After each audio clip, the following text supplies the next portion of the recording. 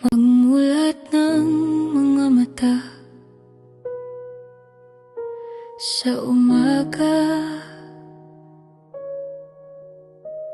mabigat agad ang aking nadarama. Tila ba sawang-sawa na, ayaw nang bumangon pa. Tila ba ayoko nang harapin ang paulit-ulit na suliranin.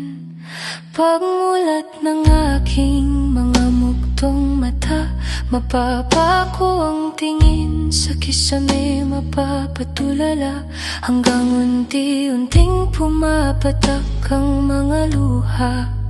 Sa sariling sitwasyon ay awang-awa, tahimik na hikbi at pagluha, buhol-buhol at gulong-gulong diwa.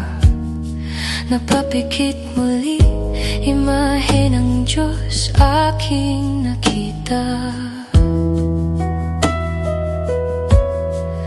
Lalong naiyak sapagkat nakatakbo din ng makakawi ka. Batid kong sa'yo ay maaari akong magtiwala. Makikinig ka ng walang panghuhusga, maibubuhos ko lahat, sa'yo'y maaaring magmakaawa. Ama ko'y pagod na, kailan ho ba huhupa sa mga suliraning pilit akong pinanghihina? Hanggang kailan ko po kaya makakayanan? Hanggang kailan ko po malalabanan?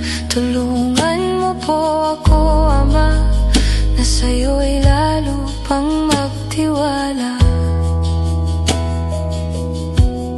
Ang daming nagbago, ang daming nawala, tinanggap ko naman lahat, umasa pa rin na may pag-asa. Ngunit bilang isang tao, di ko po maiwasang mangamba. Paano kung sa pagod ko, mabitiwan ko ang kamay mo, aking Ama? Parang awa po, higpitan mo nang ako sa'yo ay di makawala. Dahil paano na, paano na? Paano kung pati ikaw, Jesus, sa'kin ay mawala? Hindi ko na matitis at pumangong pilit, hindi na kakayanin pa ang mga bait at sakit. Kung pati sa presensya mo po ako'y mawawaglit, hindi ko na matitis at pumangong kilit,